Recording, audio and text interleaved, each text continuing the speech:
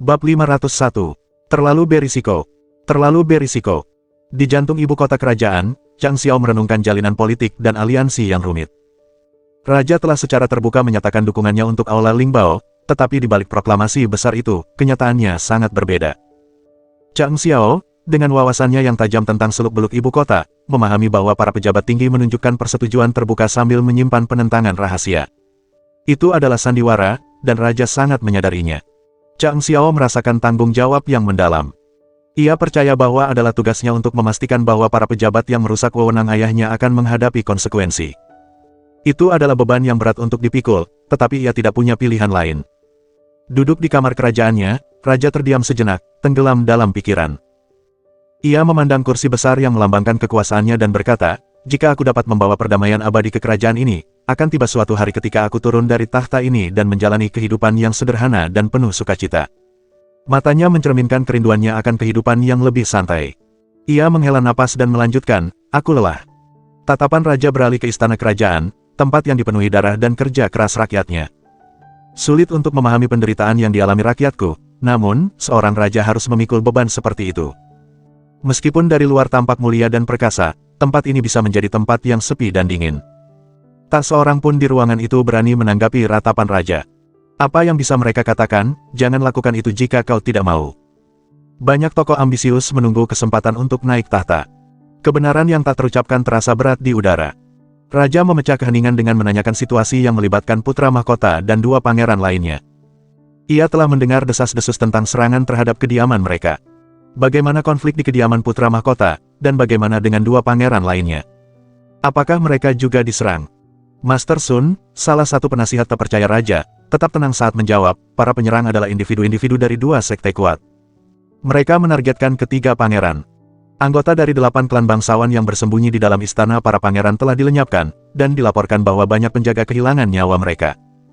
Mereka memang menimbulkan kerusakan yang signifikan pada kita kali ini. Jawaban raja penuh teka-teki, campuran antara tahu dan tidak tahu. Jadi, 8 klan bangsawan telah menyusup ke kediaman ketiga pangeran, tanyanya, seolah mencari konfirmasi. Tuan Sun mengangguk sebagai jawaban, tanpa menyadari kegelapan yang semakin membesar di wajah raja. "Setelah ini, saya akan mengatur pertemuan dengan Raja Feng dari Aula Lingbao," kata raja.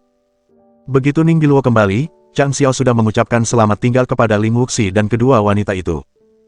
Dia memang memegang kendali selama percakapan mereka, tetapi rasa dingin menjalari punggungnya saat mengingat pertemuan itu. Rasa takut mencekamnya. Dia tahu identitas ketiga orang yang telah dia ajak bicara, mereka memiliki kekuatan yang jauh melampaui jangkauannya. Satu pikiran saja dari mereka bisa menyebabkan kematiannya seketika. Namun, di luar dugaan, perencanaannya yang cermat membuahkan hasil. Itu adalah kombinasi dari kemampuannya dan sedikit keberuntungan yang mengantarkannya menuju kesuksesan. Di alam badai kacau yang luas, Zhang Xiao tak bisa lagi menahan perasaannya. Ia menyuarakan tekadnya, "Rumah badai kacau. Aku sangat menantikan hari ketika kau pergi dari tempat ini. Akan tiba saatnya aku bertemu denganmu di alam manusia di atas langit, dan kita akan bertarung." Mengandalkan keberuntungan untuk segalanya terasa memberatkan. Saat Ling Wuxi, ditem ditemani dua wanita, kembali ke hutan bambu yang tenang, mereka disambut dengan pemandangan yang tidak biasa. Tuan Bai, yang biasanya duduk dengan tenang di tengah bambu yang bergoyang, memasang ekspresi gelisah. Wan Er adalah orang pertama yang menyadari dan bertanya, "Guru, ada apa?" Rasa cemas yang terpancar dari Guru Bai sangat tidak biasa, hampir asing. Sepanjang ribuan tahun Wan dan Xiu mengenalnya, mereka belum pernah melihatnya seperti ini. Guru Bai tenggelam dalam pikirannya, tatapannya tertuju pada Ling Wuxi. Intensitas tatapannya sangat menakutkan, dan Ling Wuxi merasa terkejut. Dengan cemas, ia bertanya, "Apa yang mengganggu Anda?" Guru Bai terus mengamati Ling Wuxi dengan penuh kesungguhan dan akhirnya berkata, "Wan Er, Xiu Er, aku butuh kalian berdua untuk membuat perimeter perlindungan di sekitar hutan. Jangan biarkan siapapun mengganggu kita selama waktu ini." Meskipun terkejut, kedua wanita itu setuju, mengatakan, "Ya," sebelum segera beranjak ke arah yang berlawanan untuk melaksanakan tugas mereka. Tak lama kemudian, para kultivator terhormat dari rumah badai kacau berkumpul, mengikuti instruksi kedua wanita itu.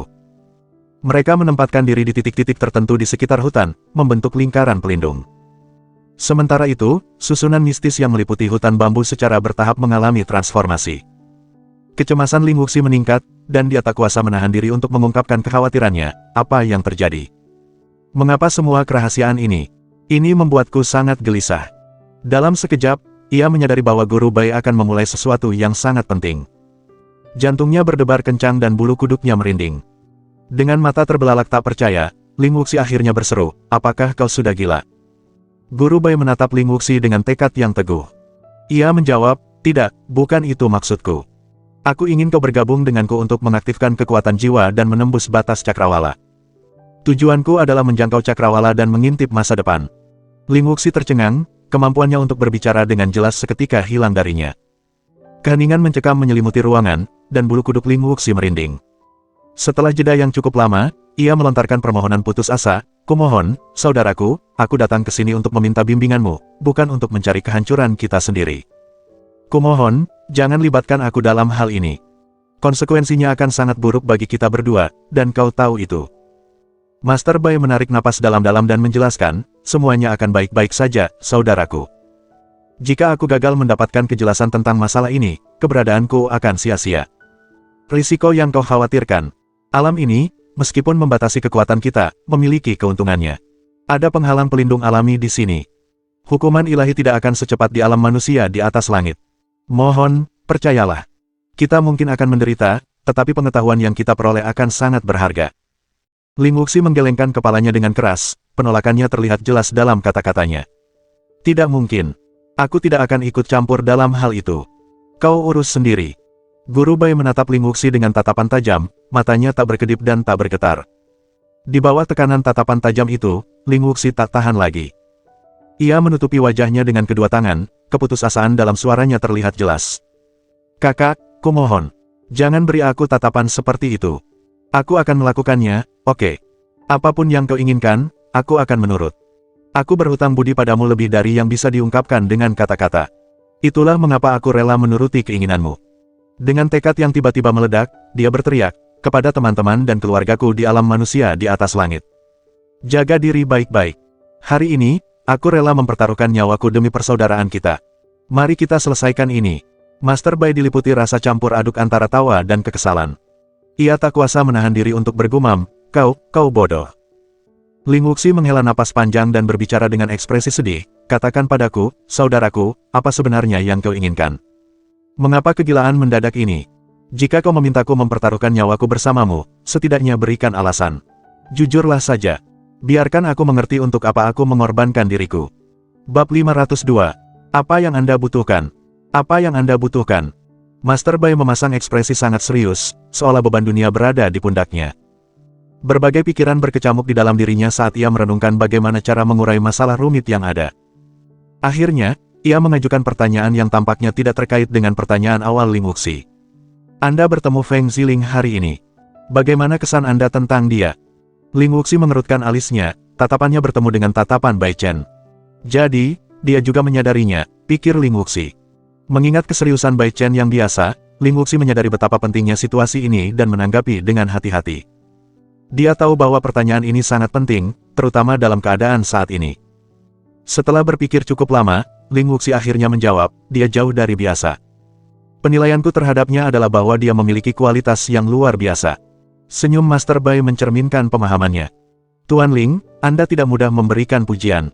Tampaknya orang ini benar-benar telah meninggalkan kesan mendalam pada Anda. Bisakah Anda menjelaskan lebih lanjut tentang pengamatan Anda? Apakah Anda memiliki bukti untuk mendukung penilaian Anda?" Sebagai tanggapan, Ling Wuxi berbicara dengan sungguh-sungguh. "Pertama, aku tidak bisa menembus tabir jati dirinya yang sebenarnya dengan mata universalku.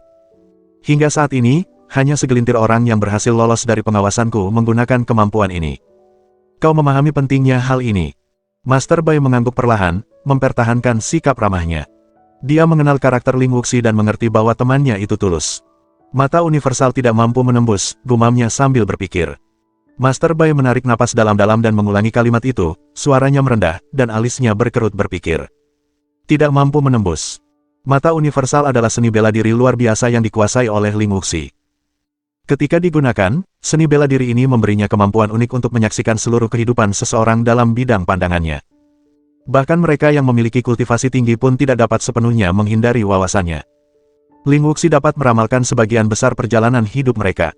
Ini adalah salah satu rahasia Ling Wuxi yang paling dijaga ketat, hanya diketahui oleh dirinya sendiri dan Guru Bai. Bahkan orang tuanya pun tidak mengetahui kemampuan luar biasa ini. Di alam manusia di atas surga, mata universal telah terbukti sangat berharga, memungkinkan Ling Wuxi untuk melihat menembus sebagian besar individu. Namun, di alam yang lebih rendah ini, ia mendapati dirinya tidak mampu menembus kehidupan seorang pria yang tampaknya tidak penting. Itu adalah anomali yang sulit dipahami. Bagaimana mungkin individu yang tampaknya biasa saja seperti ini bisa lolos dari mata universalmu, gumam Master Bai dalam hati. Ling Wuxi melanjutkan, kedua, dia memiliki pengetahuan yang luas yang mengejutkan saya. Selama negosiasi kami, dia meminta harta karun dari saya, dengan alasan ancaman hukuman ilahi petir. Saya tidak punya pilihan selain menyerahkan menara jiwa emas. Terlepas dari upaya saya untuk mengetahui latar belakang dan identitasnya, saya tidak menemukan apapun. Mata Master Bai membelalak kaget. Menara jiwa emas. Kau benar-benar menyerahkan menara jiwa emas kesayanganmu. Kau mendapatkannya dengan susah payah. Ketika aku pernah meminta untuk meminjamnya selama beberapa hari, kau menolak mentah-mentah. Ling Wuxi tersenyum sendu.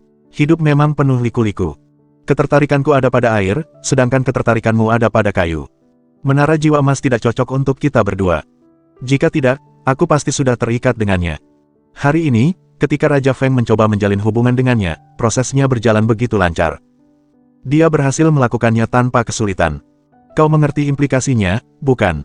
Wajah Master Bai menjadi muram, dan dia tetap diam. Dia tahu persis mengapa Ling Wuxi melepaskan menara jiwa emas, itu adalah ujian bagi Feng Ziling. Ini mungkin tampak seperti pemerasan, lanjut Ling Wuxi, tetapi baik Raja Feng maupun saya menyadari apa sebenarnya yang terjadi. Saya menyerahkannya bukan karena keinginan, dan dia menerimanya bukan karena keinginan untuk menerimanya. Begitulah kejadiannya. Master Bai mengangguk perlahan, memahami dinamika rumit yang terjadi. Ling Wuxi menambahkan, selain itu, aku punya firasat, pria ini memiliki semacam. Dia berhenti sejenak, berusaha menemukan kata-kata yang tepat, lalu mengangkat bahu. Pasangan yang ditakdirkan, akhirnya dia menawarkan. Lawan yang ditakdirkan, gumam Master Bai dengan santai, meskipun ketajaman di matanya mengkhianati ketertarikannya yang sebenarnya. Kurang lebih seperti itu, Ling Wuxi menegaskan. Tapi tidak sepenuhnya. Lagi pula, dia saat ini terlalu lemah. Jika kau benar-benar menganggapnya sebagai lawan yang ditakdirkan untukmu, seluruh alam manusia di langit akan menganggapnya lucu. Master Bai mendongak, dan rambut hitamnya berayun tertiup angin. Dia berbicara perlahan, berkata, memang, dia lemah, terlalu lemah untuk menahan satu pukulan pun dariku. Tidak mungkin dia dan aku bisa menjadi musuh. Apakah motifmu memberinya menara jiwa emas adalah untuk membantu pertumbuhannya? Ling Wuxi menjawab, tidak sepenuhnya. Aku merasa terdorong, dan, ya, aku menginginkanmu memiliki saingan yang sepadan. Tatapannya menembus Guru Bai dengan keseriusan yang belum pernah terjadi sebelumnya.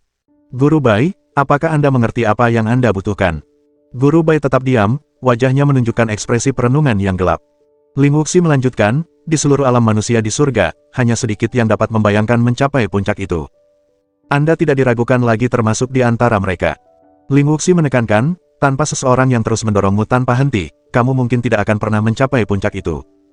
Kamu membutuhkan lawan yang dapat mengeluarkan potensi terpendammu dan mendorongmu maju.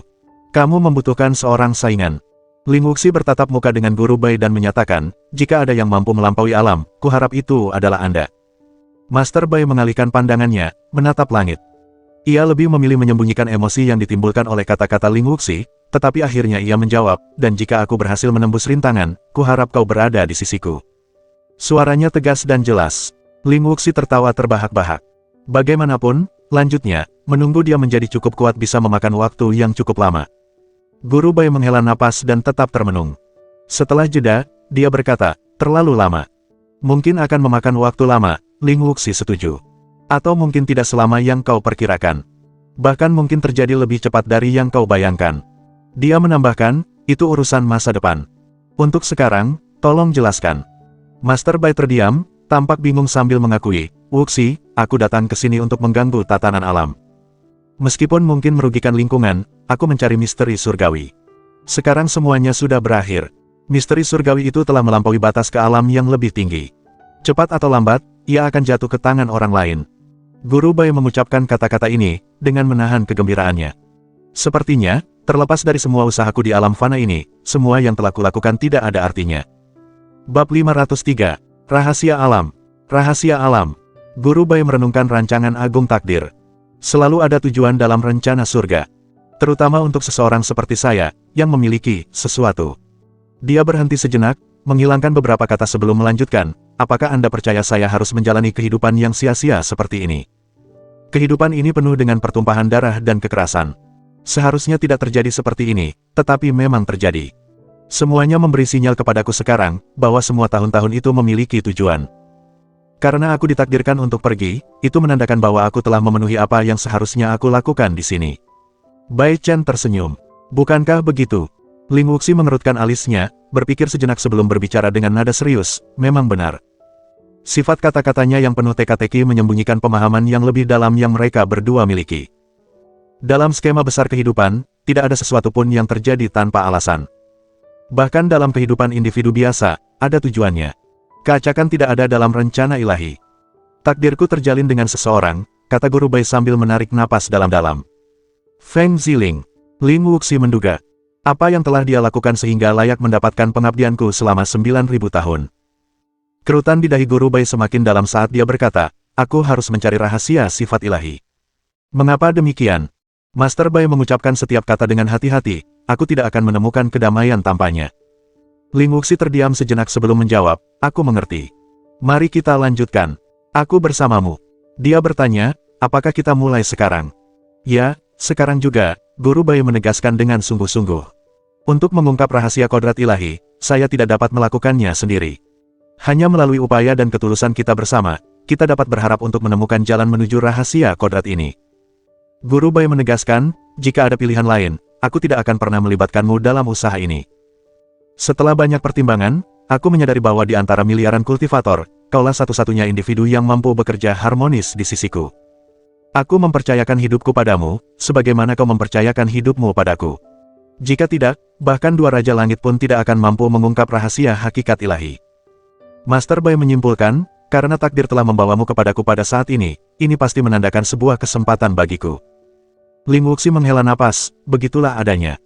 Kau tahu, jika kita mencoba ini di alam manusia di atas langit, terlepas dari kerjasama kita yang sempurna, kita mungkin akan menemui akhir yang sia-sia.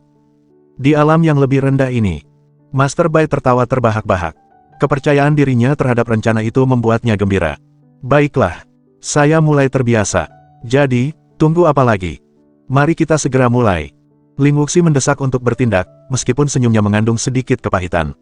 Dia tidak bisa menunda-nunda dan dengan cepat mengambil posisi bersila di lantai, berkonsentrasi untuk menyelaraskan kondisi fisiknya menggunakan teknik bela diri.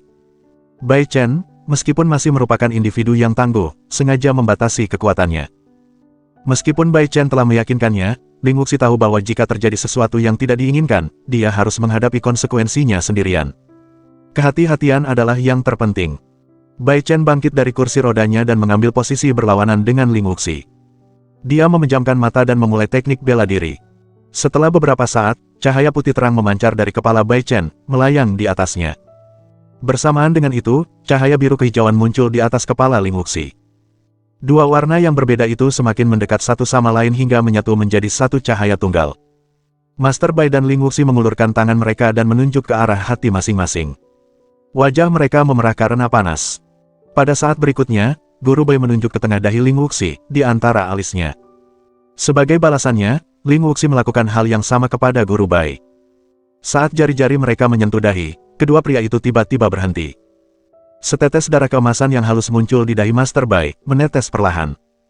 Demikian pula, setetes darah biru tua terbentuk di dahi Ling Wuxi, gerakannya pun sama hati-hati. Dua tetes darah itu perlahan mendekat, hampir bersentuhan, ketika sebuah fenomena tak terduga terjadi. Alih-alih menyatu, mereka mulai berputar. Di antara kedua pria itu, tetes darah berputar dengan kecepatan luar biasa, menciptakan pusaran angin kecil namun memukau yang terbentang di depan mata mereka. Mata Master Bai terbuka perlahan. Dengan satu tangan, ia memberi isyarat melalui serangkaian 99 gerakan yang tepat. Setelah ritual yang rumit ini, ia mengucapkan dengan suara rendah dan penuh tekad, wahai jiwa-jiwa yang dikorbankan, kami memohon rahasia rancangan alam. Di antara sekian banyak kemungkinan, apa yang akan terjadi hari ini? Ia mengulurkan kedua tangannya ke depan secara bersamaan, menyalurkan luapan kekuatan spiritual seolah-olah kekuatan itu ditarik ke dalam kehampaan kosmik di dalam diri mereka. Kedua pria itu mengerang, tubuh mereka gemetar saat mereka bergulat dengan tekanan yang sangat besar. Wajah mereka semakin memucat. Dua tetes darah di udara terus berputar cepat. Wajah mereka semakin pucat, dan bahkan bibir mereka berubah menjadi kebiruan, tanpa warna. Tampaknya mereka telah mengerahkan seluruh energi mereka, hampir mencapai ambang kelelahan. Setelah beberapa waktu, sesosok kecil bersisik muncul di atas kepala Guru Bai. Tingginya tidak lebih dari ibu jari, tetapi memiliki kemiripan yang persis dengan Guru Bai. Sosok kecil serupa muncul di atas kepala Ling Wuxi. Kedua sosok mungil itu saling bertatap muka dan, tiba-tiba, keduanya melontarkan panah darah ke udara. Aliran darah yang saling berpotongan menghentikan pusaran angin. Kemudian, cahaya putih dan cahaya sian naik ke langit, dan bertahan dalam waktu yang cukup lama. Master Bai kejang-kejang, memuntahkan darah berwarna ungu kemasan dari mulutnya sebelum pingsan. Nasib Ling Wuxi pun tak lebih baik, ia muntah darah berwarna cian dan jatuh pingsan. Mereka berdua telah mencapai batas kemampuan mereka. Kedua pancaran cahaya ini terus naik ke penjuru langit yang jauh. Guru Bai dan Ling Wuxi tetap tidak menyadari peristiwa yang terjadi, tidak menyadari bahwa keberuntungan telah tersenyum kepada mereka. Kali ini, tidak ada pembalasan ilahi berupa sambaran petir. Seandainya mereka mendapat hukuman seperti itu, mereka akan binasa tanpa pernah memahami alasannya. Cahaya-cahaya itu akhirnya menghilang di kejauhan, meninggalkan getaran yang masih terasa di atmosfer. Sebuah tulisan misterius muncul di lantai, terletak rapi di antara Ling Wuxi dan Bai Chen. Tulisan itu bergaya kuno dan tampak memudar dengan cepat, dengan 50% tanda sudah hilang hanya dalam waktu singkat. Master Bai bergumam, dua tuan rumah alam semesta. 13 roh dalam kekacauan. Apa artinya ini? Bab 504. Teka-teki yang belum terpecahkan. Teka-teki yang belum terpecahkan. Di balik prasasti-prasasti itu tersembunyi kata-kata yang lebih samar, maknanya dikaburkan oleh kabut yang membuatnya sulit untuk dipahami. Master Bai memicingkan matanya, mencoba menguraikan beberapa fragmen. Petik 2 titik. Dunia. Untuk apa? Taruhan. Seh. Dia menarik napas tajam, napasnya tersengal-sengal. Dua penguasa alam semesta, 13 roh dalam kekacauan, taruhan dunia. Namun, teks selanjutnya tetap sulit ditemukan, lolos dari genggamannya seperti kabut yang fana. Ling Wuxi mendekat dengan rasa ingin tahu yang tinggi, lalu bertanya, apa artinya? Apakah kau tahu? Namun Guru Bai tetap terdiam dalam perenungan. Darah menetes dari mulutnya, diabaikan saat ia semakin larut dalam pikirannya, matanya tetap teguh. Ling Wuxi merasakan bahwa Guru Bai bagaikan bintang surgawi, bersinar dan mendalam, seolah-olah beliau sedang mengungkap misteri terdalam alam semesta. Setelah sekian lama, Guru Bai memuntahkan lebih banyak darah, lalu berkomentar, secara harfiah, ini menunjukkan keberadaan dua individu di alam semesta. Dua tuan rumah. Selain itu, ada 13 hewan spiritual tertinggi. Aku penasaran siapa dua individu ini dan apa yang diwakili oleh 13 makhluk ini. Ling Wuxi tak kuasa menahan tawa. Jadi kau merenung selama ini, bahkan sampai muntah darah, dan hanya sampai situ saja pemahamanmu. Aku bisa memahami ini, bahkan tanpa gaya dramatismu. Apakah kau benar-benar perlu menciptakan aura misteri di sekitarnya? Guru Bai mendengus, mengapa kau tidak menyelidiki lebih dalam? Tidak mungkin ada dua matahari di langit, sama seperti sebuah negara tidak mungkin memiliki dua raja. Tidak ada bedanya di alam semesta. Seharusnya hanya ada satu penguasa alam semesta. Namun, menurut prasasti ini, ada dua. Bukankah itu penyimpangan yang aneh dari tatanan alam? Frasa ketiga agak kabur. Saya hanya bisa membaca, taruhan dunia. Itu ambigu. Mungkin kedua pembawa acara bertaruh tentang dunia, atau mungkin ada taruhan untuk mendorong mereka bertarung sampai hanya satu yang tersisa. Ayolah, Bai Chen, apa bedanya? Aku tidak bisa melihat perbedaan signifikan antara kedua skenario itu. Apakah benar-benar perlu membahas kata-katanya? Apakah kau hanya mencoba menciptakan suasana misterius? Gerutu Ling Wuxi. Bai Chen tampak terkejut, lalu menyeringai. Sudah kubilang, kau tidak cukup jeli. Kau gagal melihat perbedaannya. Kedengarannya mungkin mirip, tetapi ada kontras yang mendalam.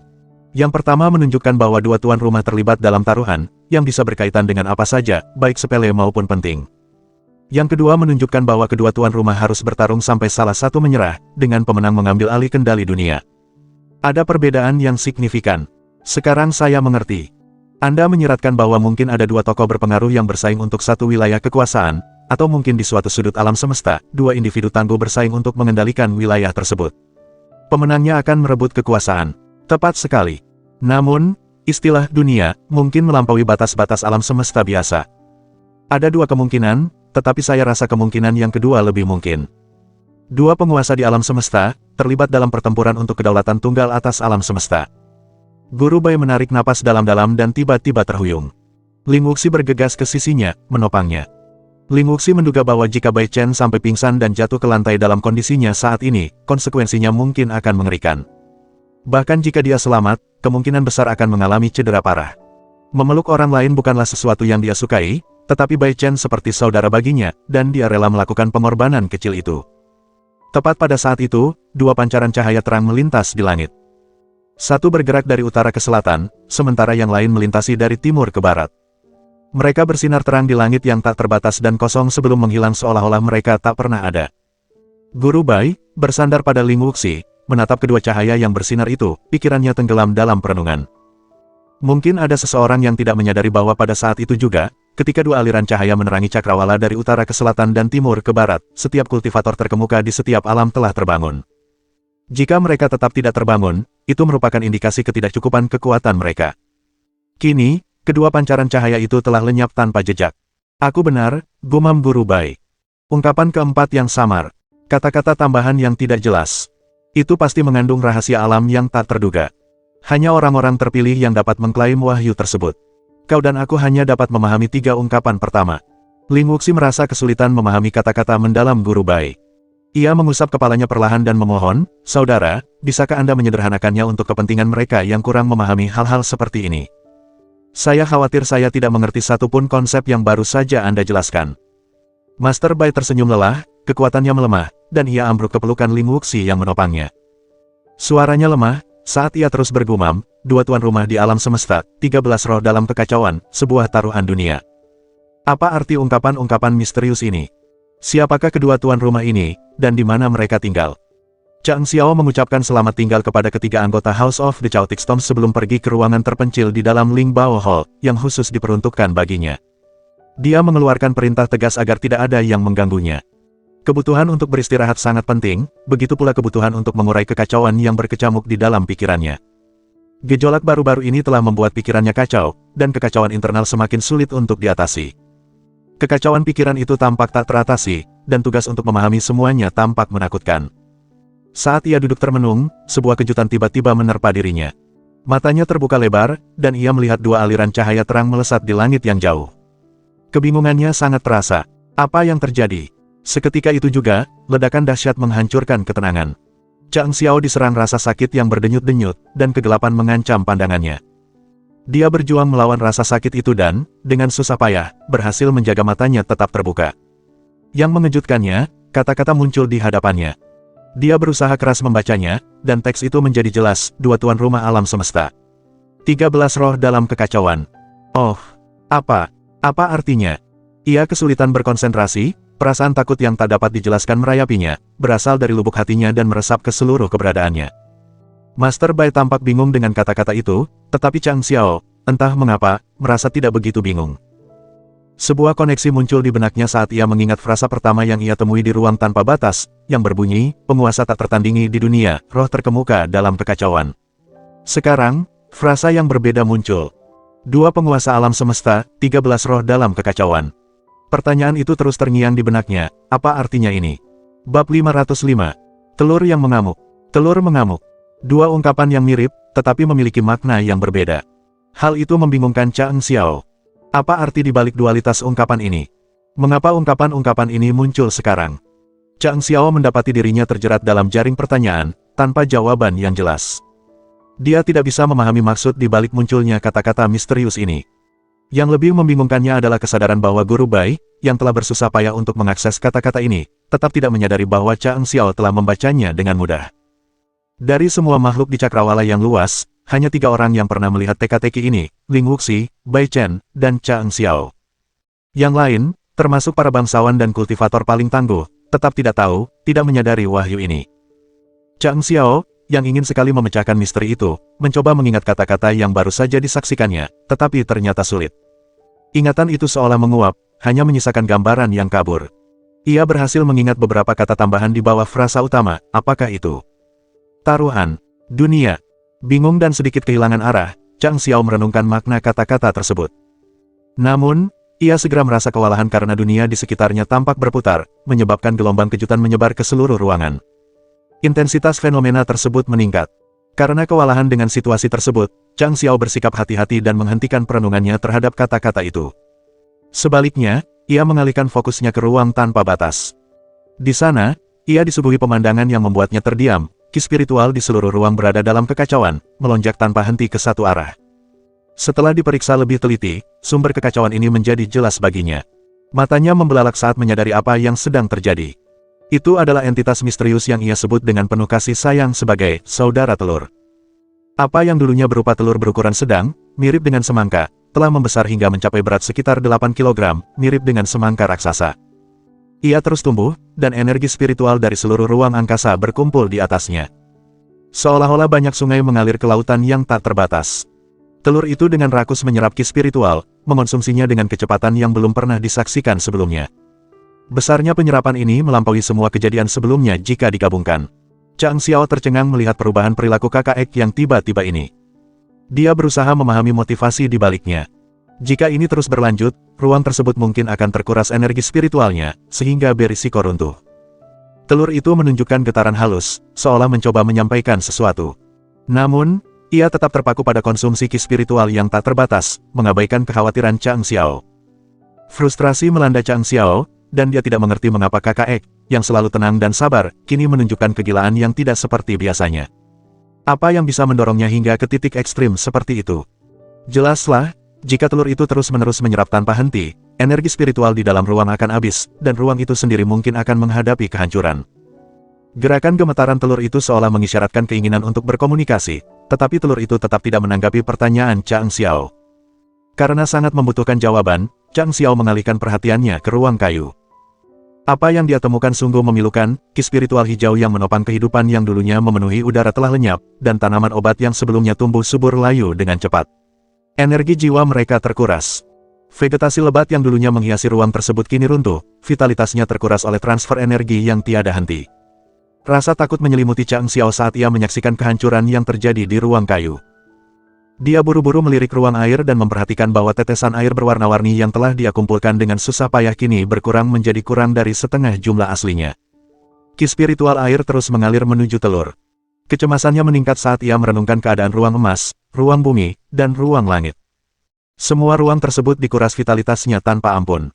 Rasa lapar Brother Egg yang tak terpuaskan bahkan meluas hingga ke Hades kosmik dan sumsum kristal surgawi, menyedot energi mereka. Ini adalah pertunjukan kerakusan yang belum pernah terjadi sebelumnya, melampaui batas-batas keserakahan. Kesabaran Chang Xiao telah mencapai titik puncaknya. Dia tidak bisa lagi menahan rasa frustrasinya. Sialan, teriaknya, suaranya menggema di seluruh ruang. Kau makhluk terkutuk. Hentikan kegilaan ini. Kau menghancurkan seluruh ruangku. Dasar sampah. Ledakan amarahnya tampaknya tidak didengar, karena saudara telur tidak menunjukkan tanda-tanda melambat.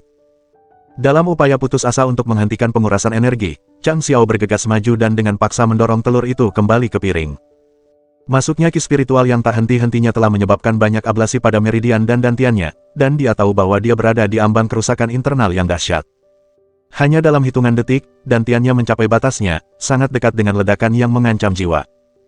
Chang Xiao menjerit ke setongku dan segera mundur dari tempat kejadian yang berbahaya itu.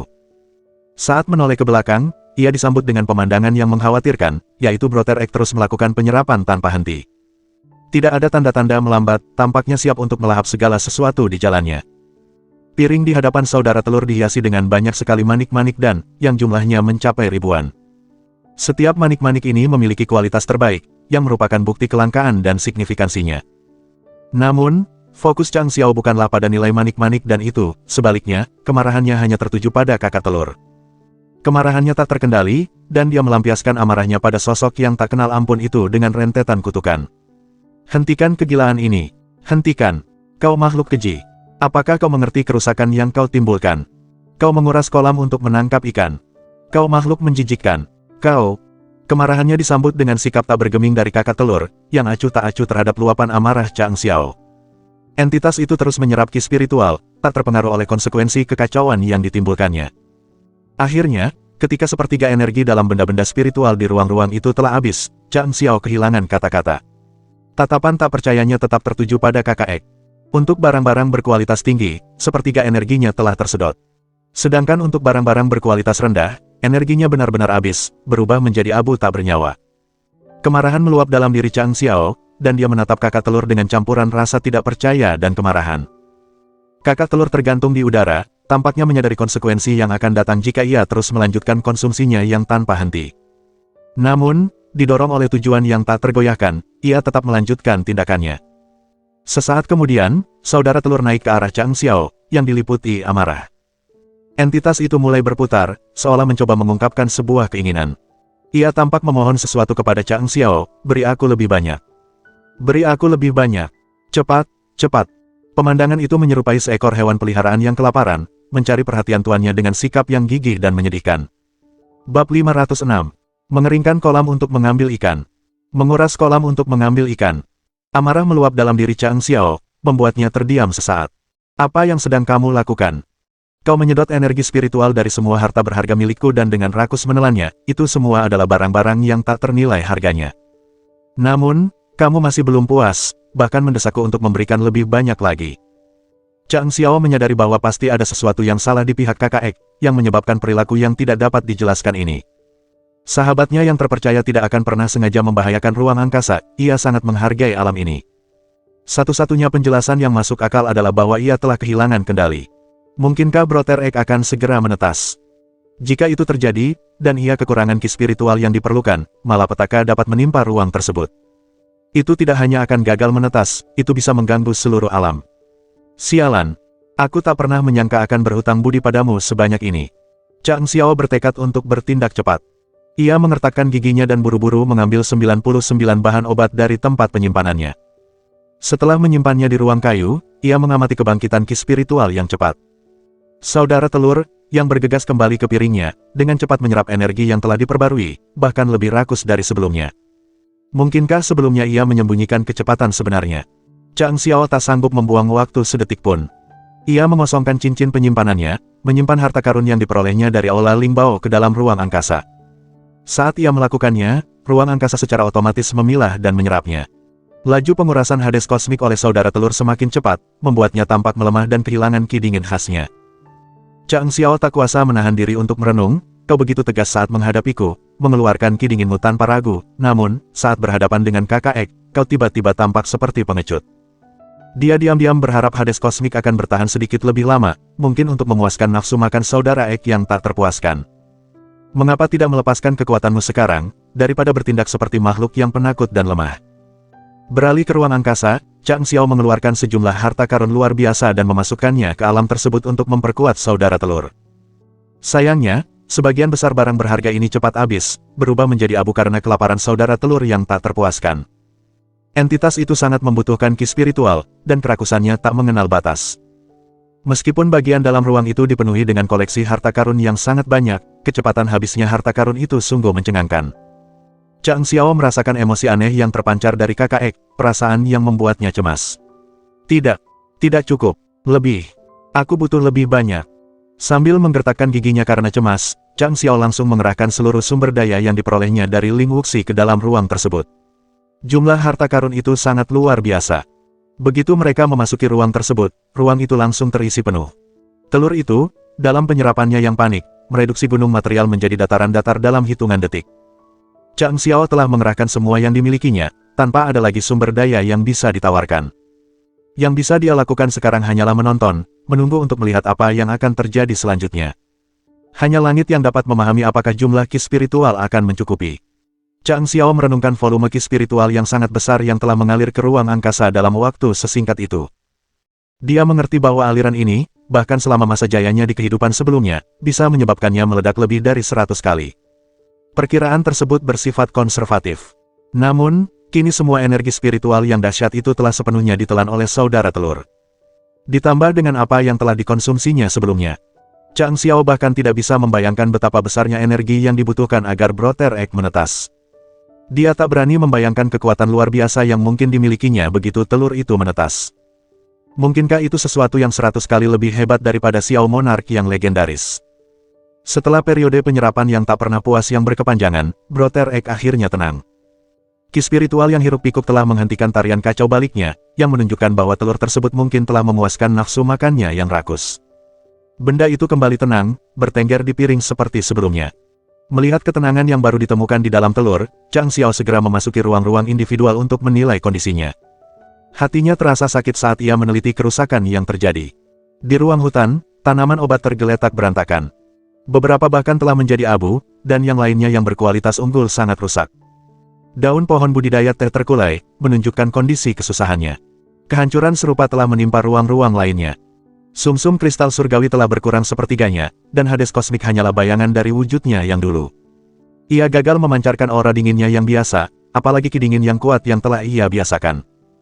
Pemulihan untuk area tersebut akan membutuhkan waktu yang cukup lama. Chang Xiao merasa kehilangan kata-kata. Kembali ke Brother Egg, yang sekarang menyerupai semangka besar dan bulat, dia tak kuasa menahan diri untuk berseru, berapa lama lagi waktu yang dibutuhkan agar kau menetas. Telur itu bergoyang dengan penuh kebanggaan, memancarkan aura arogansi yang tak terbantahkan. Menghadapi Egg yang sangat angkuh dan menyebalkan itu, rasa frustrasi Chang Xiao sebelumnya berubah menjadi desahan ketidakberdayaan. Saat mendekati piring dan mengamati tumpukan manik-manik dan yang istimewa itu, dia merasa seperti sedang bermimpi. Setiap butir dan dalam tumpukan itu memiliki kekuatan untuk menimbulkan gelombang signifikan di dunia luar. Namun, di sana mereka tergeletak, ditumpuk bersama seolah-olah tanpa dihiraukan, masing-masing dengan tingkat kekuatan yang berbeda. Meskipun ini bukanlah niatnya, hal itu telah menjadi kenyataan baginya. Namun, sebuah pencerahan mendalam muncul ketika Chang Xiao memperhatikan 3 butir manik-manik dan yang memancarkan cahaya istimewa yang berbeda. Bab 507. Teka-teki. Terbangun. Teka-teki. Terbangun. Itulah tepatnya yang sangat dibutuhkan oleh Guru Bai. Dalam upaya terburu-buru untuk menyediakan sejumlah besar ki spiritual yang dibutuhkan oleh Saudara Egg, Chang Xiao terpaksa menggunakan bahan-bahan yang diberikan Guru Bai untuk membuat manik-manik Heaven's Rising Supreme Dan. Pada kenyataannya, Heaven's Rising Supreme Dan, meskipun megah, mengandalkan bahan-bahan yang cukup biasa. Kekuatannya terletak pada beragam bahan yang dibutuhkannya, yang semuanya memiliki hubungan yang rumit dan saling bertentangan. Interaksi kompleks antara bahan-bahan ini adalah sumber dari potensi luar biasanya.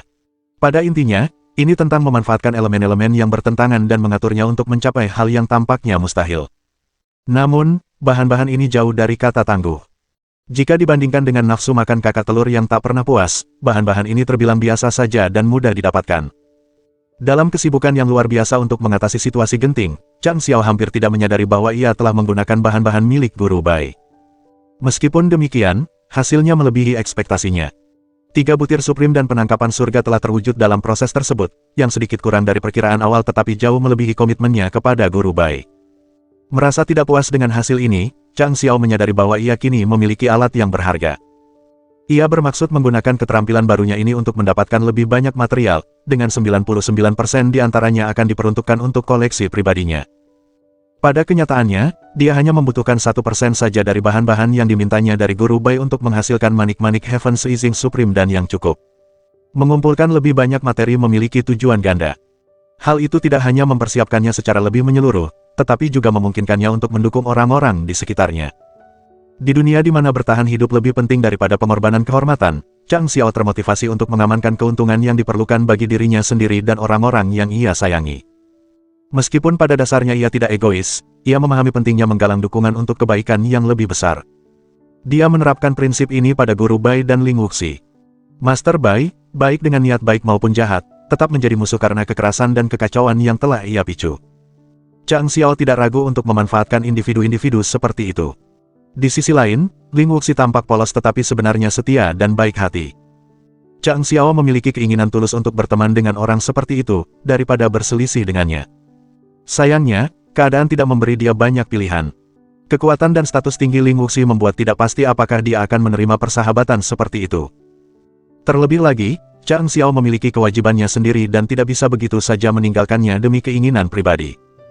Dalam situasi sulit seperti itu, dia memilih untuk melindungi orang-orang yang dia sayangi.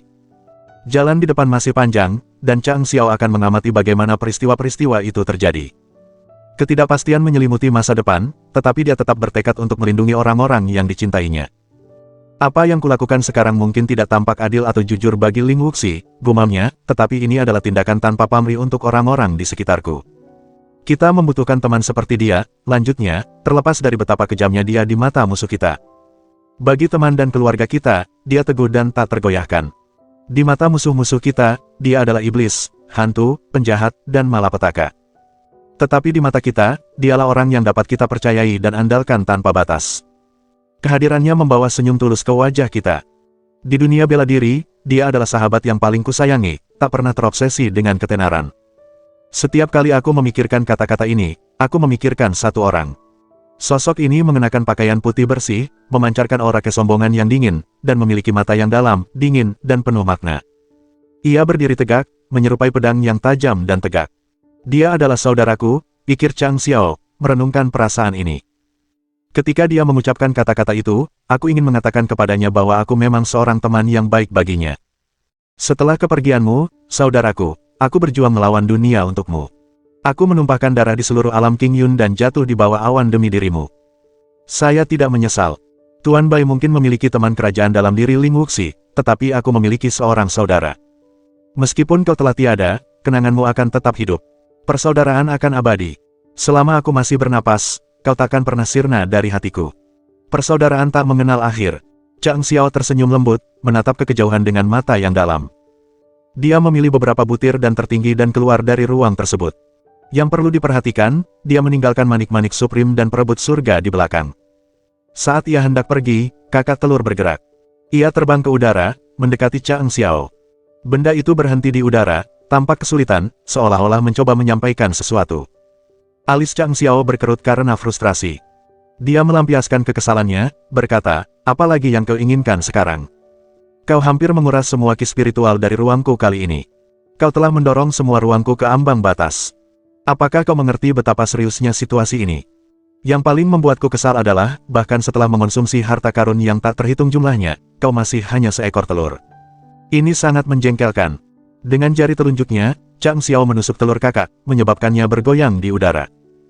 Telur itu tak diragukan lagi sangat kuat, pernah menghancurkan kultivator tahap asal Dao, dan tindakan Chang Xiao sama sekali tidak menimbulkan ancaman. Frustrasinya sangat terasa, dan karena tidak dapat menemukan cara lain untuk melampiaskannya, dia melanjutkan, apa yang kau inginkan? Bagaimana caranya aku bisa membuatmu menetas? Kau mungkin tidak merasakan apapun, tapi aku sangat terganggu. Saudara Ek gemetar, memancarkan aura keputusasaan. Silakan, tentu saja, aku juga ingin menetas, tidak ada seorang pun yang lebih menginginkan penetasanku selain aku sendiri. Aku tidak bisa menetas tanpa kondisi yang tepat, apa yang harus kulakukan? Inilah pesan yang ingin disampaikannya kepada Chang Xiao. Meskipun memiliki kekuatan besar, ia tidak bisa mengungkapkannya secara langsung, tetap saja, ia hanyalah sebuah telur. Namun, maksudnya telah tersampaikan dengan efektif. Chang Xiao tidak hanya memahaminya, dia hampir bisa mendengarnya. Apa-apaan ini, kau telur gila, kau bisa berkomunikasi. Chang Xiao membelalakan matanya, mengamati telur itu, yang telah membesar hingga sebesar semangka. Tidak, sama sekali tidak, mengapa? Telur itu menjawab melalui transmisi mental. Kali ini, Chang Xiao benar-benar memahami maksudnya. Dia merasa terkejut dan gembira. Ya ampun, aku bisa ngobrol dengan telur. Ini bakal bikin aku pusing lagi. Chang Xiao terkekeh, amarahnya sudah mereda. Seandainya Brother Egg punya wajah, kemungkinan besar wajahnya akan menunjukkan kekesalan yang terlihat jelas. Ayolah, Bung, aku sungguh-sungguh mencoba berkomunikasi denganmu. Oke, apa yang kau pikir telah kau lakukan? Sakit kepala, aku benar-benar merasakan frustrasi. Maksudku, telur. Apa yang kau butuhkan untuk menetaskannya? Tanya Chang Xiao. Dia berpura-pura tidak memahami keluhan telur sebelumnya. Tidak ada yang aneh, sebenarnya, aku hanya butuh lebih banyak energi, jauh lebih banyak energi. Energi jauh lebih banyak. Ya Tuhan, seberapa banyak? Baiklah, aku mengerti. Apa yang terjadi hari ini? Apakah kau sadar bahwa kau menguras energi ruang angkasa? Itu tidak baik. Apakah kau mengerti berapa banyak barang berharga yang telah rusak? Akhirnya bisa berbicara dengan si telur, Chang Xiao tak sabar untuk menyampaikan kekhawatirannya. Apakah kau mengerti berapa banyak barang-barang ini bisa ditukar? Tidakkah kau pikir ini seharusnya berkelanjutan? Kau mungkin menikmati melahap semuanya, tetapi apakah kau menyadari masalah yang telah kau timbulkan padaku? Sekarang, semua ruang telah berhenti beroperasi. Tidak akan ada yang diproduksi di ruang ini selama berhari-hari. Manik-manik Supreme dan tidak akan cukup. Sekte-sekte memang memujanya, tetapi mereka kekurangan sumber daya untuk berdagang demi mendapatkan lebih banyak. Kau benar-benar. Chang Xiao tidak bisa menahan omelannya pada si telur. Itu kecelakaan, sungguh, itu kecelakaan besar. Saudara Ek mencoba menjelaskan. Apakah menurutmu aku menginginkan ini terjadi? Tentu saja, aku mengerti kebodohan mengeringkan kolam untuk menangkap ikan, aku menginginkan keberlanjutan, tapi... Ek menjelaskan, hari ini, seseorang menggunakan seni bela diri khusus untuk menjelajahi teka-teki alam semesta, sebuah rahasia yang seharusnya tetap tertutup. Sayangnya, aku adalah bagian integral dari teka-teki itu, aku tak berdaya, dan aku harus menjaga keseimbangan saat terbangun. Teka-teki. Terbangun. Keseimbangan. Apa-apaan ini? Apa kau tahu apa yang kau katakan? Chang Xiao kebingungan. Bab 508. Angin naga liar. Angin naga liar. Teka-teki macam apa yang bisa membangkitkan telur yang belum menetas? Bukankah kamu hanya sebutir telur, menjaga keseimbangan, bisakah kamu berhenti bersikap begitu lancang? Dan, kau, sebutir telur, banyak bicara, ini, sulit dipercaya. Apakah ada hal yang lebih luar biasa dari ini? Saudara Ek terus gemetar. Setelah pertukaran panjang melalui transmisi mental, ia semakin melemah. Penguasa tak tertandingi di dunia, roh terkemuka dalam kekacauan, 2 tuan rumah di alam semesta, 13 roh dalam kekacauan. Ayolah, Pak, apa yang Anda katakan? Anda membuat semuanya jadi campur aduk. Chang Xiao mengerutkan kening. Ini sungguh kontradiksi. Pada saat itu, Brother Ek mulai kehilangan kesadaran. Jelas sekali, energi mentalnya mulai menipis. Chang Xiao diliputi rasa cemas. Setelah semua usaha yang telah ia curahkan untuk berkomunikasi dengan telur, kini semuanya hampir berakhir.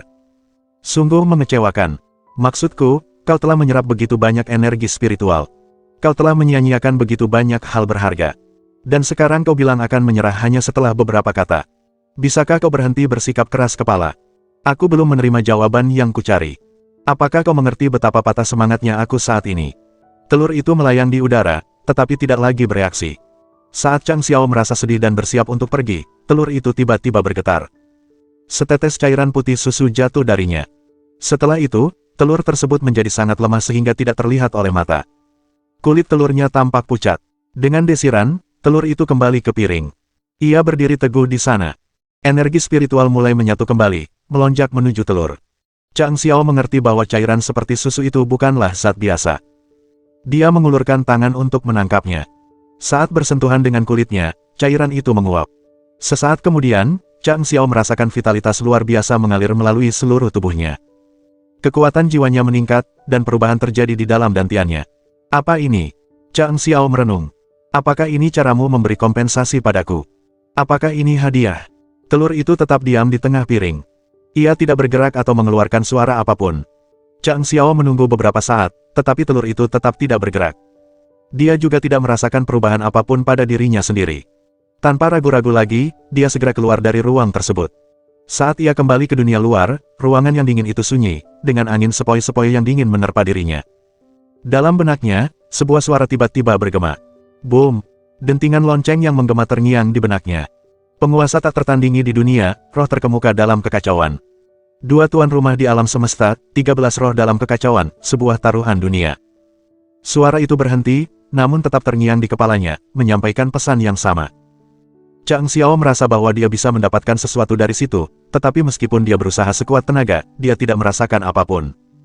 Dia bergumam, taruhan dunia. Mereka bertaruh apa? Bagaimana caranya? Suara itu lenyap, menyisakan keheningan. Semuanya kembali tenang. Chang Xiao menggelengkan kepalanya. Sambil mengerutkan kening berpikir, dia bergumam, taruhan. Apakah aku salah satu pesertanya? Aku seharusnya bertaruh dengan siapa? Dia terkekeh dan menambahkan, saya bukan tipe orang yang suka bertaruh. Dia akhirnya berhasil keluar. Bersamaan dengan itu, di hutan, Guru Bai telah pulih sebagian.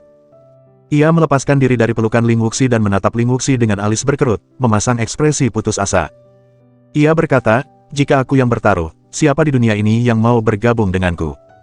Ling Wuxi bingung. Apa? Kaulah orangnya. Apa kau sudah gila? Apa kau benar-benar begitu putus asa sampai ingin berjudi? Kau tidak tampak seperti orang yang terlalu lemah untuk menahan pukulan. Tuan Bai menghela napas pasrah.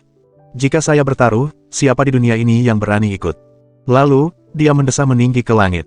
Di bawah langit yang cerah, angin bertiup lembut. Semuanya tampak tenang. Namun, di balik ketenangan yang tampak ini, sebuah transformasi mencengangkan sedang terjadi, sesuatu yang sulit dipercaya. Awan gelap berkumpul dengan kecepatan luar biasa, dan angin sepoi-sepoi berubah menjadi angin kencang yang menderu. Bendera berkibar kencang di tembok-tembok yang mengelilingi kota Chensing. Tak lama kemudian, setiap pohon, baik di dalam maupun di luar kota, mulai membungkuk akibat pengaruh angin kencang. Ini bukan angin biasa, seolah-olah setiap pohon dipaksa untuk membungkuk sesuai dengan arah angin, membengkok ke barat, timur, utara, dan selatan saat angin itu berhembus dari pusat kota. Fenomena seperti itu menentang hukum alam, namun hal itu benar-benar terjadi. Orang-orang, baik yang kuat maupun yang lemah, terpaksa menutup mata karena dahsyatnya angin, sehingga mereka tidak menyadari kejadian luar biasa ini. Pasir dan bebatuan terbawa oleh embusan angin kencang, menghalangi pandangan. Sebuah siklon kolosal terbentuk, dan saat terbentuk, ia melesat ke langit, menutupi angkasa dengan debu dan asap. Sesosok makhluk besar mirip naga muncul dari siklon tersebut, tubuhnya dihiasi sisik, matanya dalam dan misterius. Naga ini membentang hampir 1000 meter, menggeliat anggun di langit. Di belakang naga itu, angin yang tak terkendali dan sangat kuat mengikuti di belakangnya. Saat angin mulai menderu, Ling Wuxi merasakan ada sesuatu yang tidak beres. Dia melompat ke udara untuk menyelidiki, tetapi dihantam oleh ekor naga sebelum mencapai ketinggian yang signifikan. Dia mendarat di depan Guru Bai, tulang-tulangnya terluka dan tidak dapat bergerak, meskipun matanya tetap waspada. Pemandangan ini membuat Guru Bai terkejut. Ling Wuxi adalah sosok yang benar-benar tak terkalahkan di dunia, dan hampir merupakan penghinaan untuk menyebutnya sebagai kultivator nomor 1 di alam ini. Dia bisa, sesuka hati, melenyapkan seluruh negeri Han Yang hanya dengan sebuah gerakan. Bagi penduduk Han Yang, Ling Wuxi lebih perkasa daripada para dewa, menjulang tinggi di atas langit. Namun kini, ia telah dikalahkan dengan mudah oleh hembusan angin, tanpa kesempatan untuk membela diri. Itu adalah call yang jelas dan cepat. Seberapa dahsyatkah angin ini? Jika angin ini mampu melumpuhkan Ling Wuxi hanya dengan satu hembusan, maka seharusnya angin ini lebih dari mampu mendatangkan malapetaka di seluruh negeri Han Yang. Namun, angin itu telah bertiup cukup lama, dan belum menyebabkan kerusakan pada orang biasa, bangunan, atau tumbuh-tumbuhan. Mengapa? Saat Guru Bai duduk di sana, memperhatikan Ling Wuxi di tanah, baik dia maupun Ling Wuxi menatap angin yang bergejolak, ekspresi mereka semakin muram setiap saat. Kekuatan alam semesta. Kekuatan sejati alam semesta, gumam Guru Bai, tetapi kata-katanya terbawa angin. Di langit, angin telah berubah menjadi naga raksasa, bergulir dan berputar-putar sepanjang ribuan meter. Ia terus berputar, bertiup, dan meraung, dengan awan gelap menyelimuti seluruh langit. Kepala naga itu menjulang di atas awan gelap, sementara ekornya tetap berada di bawah. Setelah beberapa saat, naga raksasa itu menundukkan kepalanya, mengangguk 3 kali ke arah kota Chensing. Seolah-olah, itu memberi hormat atau menunjukkan rasa hormat. Kemudian, naga itu naik dari bumi dan lenyap ke angkasa hampa. Pada saat itu, badai hujan lebat melanda dunia, mengancam akan menenggelamkan seluruh daratan. Dalam hitungan detik, seluruh negeri Han yang berubah menjadi alam air. Kilat yang tak terhitung jumlahnya menyambar langit dan bumi. Boom! Retakan! Retakan! Bersamaan dengan itu, saat rentetan kilat tak berujung memenuhi langit, mereka membentuk kata-kata di antara awan gelap. Kata-kata itu mulai berjatuhan. Mereka sendiri berubah menjadi kilat. 2 pembawa acara di langit. Naga dan harimau untuk masing-masing. Pembagian saham yang sama dalam 1 tahun. Dari 12 bulan pohon itu. Satu demi satu, kata-kata ini terbentuk di langit lalu turun, jatuh dan terus jatuh. Alam semesta tersegel. Seluruh hamparan tanah bergetar akibat dahsyatnya badai petir. Guru Bai dan Ling Wuxi adalah kultivator dengan kekuatan luar biasa, melampaui batasan dunia ini. Meskipun memiliki sifat yang tak gentar, mereka basah kuyup saat berdiri di tengah hujan deras. Tatapan mereka yang teguh tetap tertuju pada kilat yang menyambar. Di tengah keheningan, kata-kata rahasia alam turun dari langit. Tidak ada suara yang terdengar, namun keduanya memahami betapa seriusnya situasi tersebut. Alam semesta disegel setelah setengah tahun. Master Bai dan Ling Wuxi berseru dengan terkejut dan cemas. Itu menandakan bahwa mereka hanya punya waktu setengah tahun untuk kembali ke alam manusia di atas langit, jika tidak, mereka akan selamanya terjebak di dunia ini. Jika kita tidak bisa kembali, nyawa kita akan terancam, pikir mereka serempak. Ketika alam semesta disegel, itu bukan sekadar penyumbatan terowongan antar alam. Itu berarti semua jalur perjalanan dan koneksi antara kedua alam akan terputus. Terowongan permanen untuk transportasi antar alam dan bahkan jalur sementara yang diciptakan oleh semburan energi yang kuat akan ditutup. Selain itu, mereka yang berasal dari alam yang lebih tinggi atau individu yang kekuatannya melampaui batasan alam yang lebih rendah akan menghadapi pembalasan cepat dari kekuatan surgawi. Guru Bai, Wan Er, dan Xiu Er termasuk dalam kategori ini. Gu Jinlong, jika dia masih hidup, bersama dengan Sein Trate Ungu, Bing Xinyu, Ye Nantian, Wen Ren Cucu, penduduk lama, dan bahkan Song Jue, yang kekuatannya melampaui batas alam, semuanya akan dikenai hukuman ini. Pada intinya, tidak seorang pun dapat menghindari konsekuensi ketika alam semesta disegel. Guru Bai, Ling Wuxi, Wan dari awan, dan Xiu dari langit kini hanya memiliki waktu setengah tahun lagi di dunia ini, dan pertanyaan yang muncul adalah, apakah waktu itu cukup? Guru Bai dan Ling Wuxi saling bertukar pandangan serius. Meskipun Guru Bai biasanya tenang dan terkendali, dan Ling Wuxi biasanya berani, mereka berdua sangat serius saat ini. Harapan mereka hanya bertumpu pada Feng Monarch. Hanya ketika dia mampu menghasilkan sejumlah cukup manik-manik Heaven's Rising Supreme dan, barulah mereka dapat mulai membayangkan masa depan, harapan, dan strategi. Tetapi, Apakah dia mampu melakukannya tepat waktu? Mungkin dia bisa membuat satu atau dua manik-manik, tetapi bisakah dia menghasilkan cukup banyak untuk kelompok orang ini sebelum terlambat? Ketidakpastian itu sangat membebani mereka, dan waktu bagaikan pedang yang tak kenal ampun. Di saat-saat tenang, ribuan tahun bisa berlalu dalam sekejap mata, tetapi ketika dihadapkan pada situasi yang genting, bahkan satu detik tambahan pun bisa terasa tak teratasi. Sementara itu, di aula utama, tiga sosok duduk santai sambil menyeruput teh. Mereka bukanlah orang biasa, melainkan para pembunuh bayaran terkenal Ning Biluo, Zhao Pingtian, dan Liu Changjun. Pertemuan tak terduga mereka akan membuat siapapun yang mengetahui daftar peringkat pembunuh bayaran tercengang astonished. Jelas bahwa sesuatu yang luar biasa telah menyatukan ketiga orang ini, dan kemungkinan besar hal itu terkait dengan Feng Monarch dari Aula Lingbao. Pertempuran sengit yang mereka alami baru-baru ini di Aula Lingbao telah meninggalkan dampak mendalam pada ketiga pembunuh bayaran ini. Selama pertempuran, mereka merasa benar-benar kewalahan, seolah-olah mereka adalah mangsa yang dikelilingi serigala di alam liar, terhuyung-huyung di tepi jurang. Setiap saat terasa seperti potensi terjun ke dalam kehancuran, meninggalkan kesan yang tak terlupakan di hati mereka. Ketika mereka menjawab panggilan bantuan dari istana kerajaan, mereka memulai pertempuran tanpa henti sepanjang malam. Anehnya, pertempuran itu terasa agak lebih mudah daripada pertempuran mereka sebelumnya. Ada beberapa alasan untuk hal ini. Pertama, banyak masalah telah terselesaikan pada saat mereka tiba. Kedua, konflik tersebut muncul di dalam kerajaan Chen, yang berarti ada lebih banyak orang yang tersedia untuk menangani situasi tersebut. Ketiga, mereka tidak perlu mengerahkan banyak tenaga karena keadaan yang menguntungkan. Terakhir, saat para kombatan musuh mengenali siapa yang mereka hadapi, kepanikan pun terjadi. Ketiganya, yang enggan mengambil terlalu banyak nyawa, mendapati bahwa sebagian besar lawan mereka memilih untuk melarikan diri. Alasan dibalik keputusan ini cukup sederhana. Mereka telah mendapatkan reputasi buruk yang menakutkan karena gelar-gelar mereka yang suram, dan musuh-musuh mereka memahami bahwa mereka tidak akan pernah bisa menang melawan lawan yang begitu tangguh. Terlebih lagi, musuh menyadari bahwa mereka berafiliasi dengan Aula Lingbao. Menyadari konsekuensi yang akan menimpa siapapun yang melukai anggota Aula Lingbao, mereka tidak ingin berurusan dengan individu-individu berbahaya tersebut. Selama trio pembunuh bayaran itu tidak menyerang untuk membunuh, lawan mereka pun tidak berani menggunakan kekuatan mematikan. Siapapun yang secara tidak sengaja merenggut nyawa anggota Lingbao Hall akan berada dalam bahaya besar. Satu-satunya jalan keluar untuk bertahan hidup adalah melarikan diri dari tempat kejadian. Faktanya, bukan hanya ketiga pemimpin itu yang keluar tanpa cedera, tetapi para pembunuh lainnya juga tetap tidak tersentuh. Awalnya, mereka menghadapi beberapa perlawanan, tetapi begitu identitas mereka terungkap, lawan-lawan mereka segera mundur.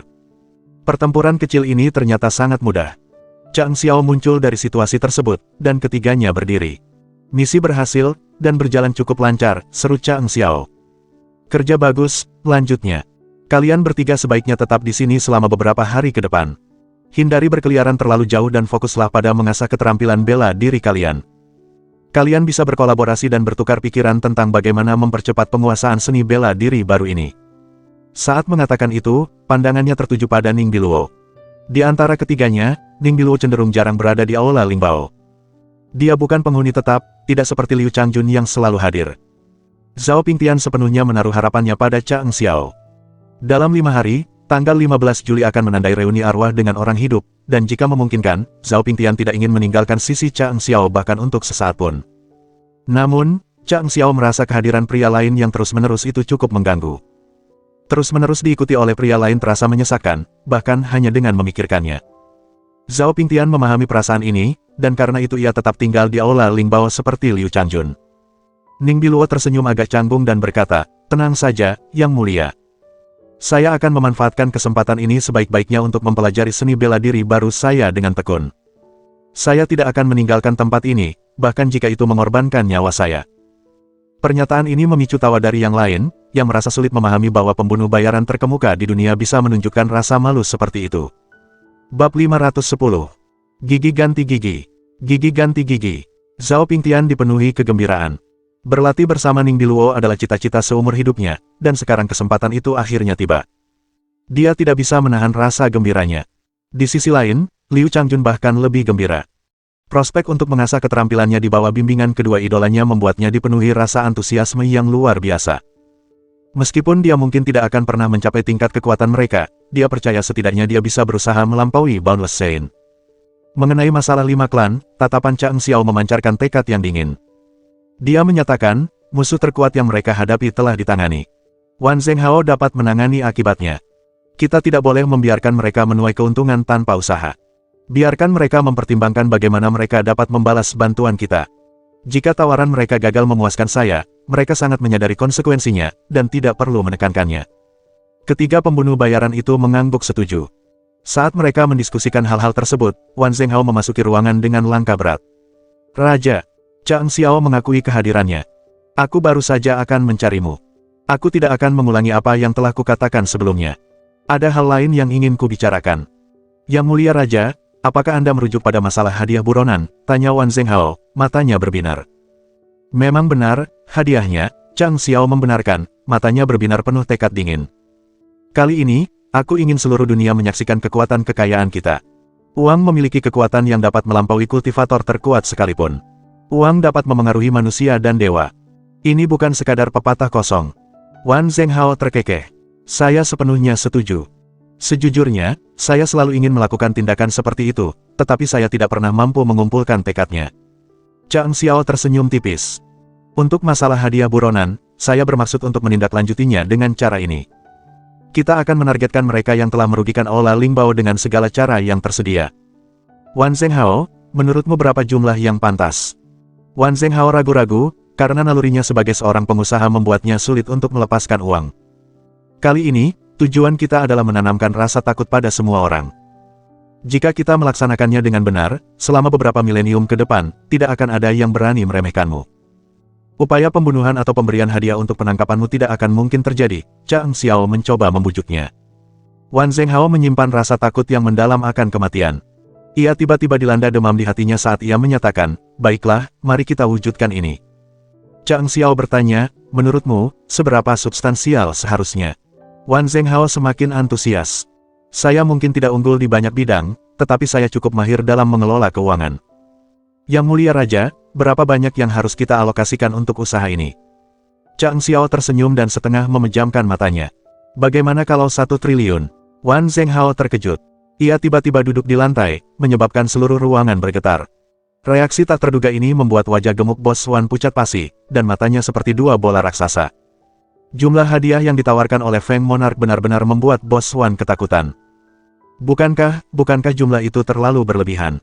Aku tidak punya uang sebanyak itu. Wan Zhenghao tergagap, wajahnya pucat pasi. Zhang Xiao mengungkapkan keterkejutannya.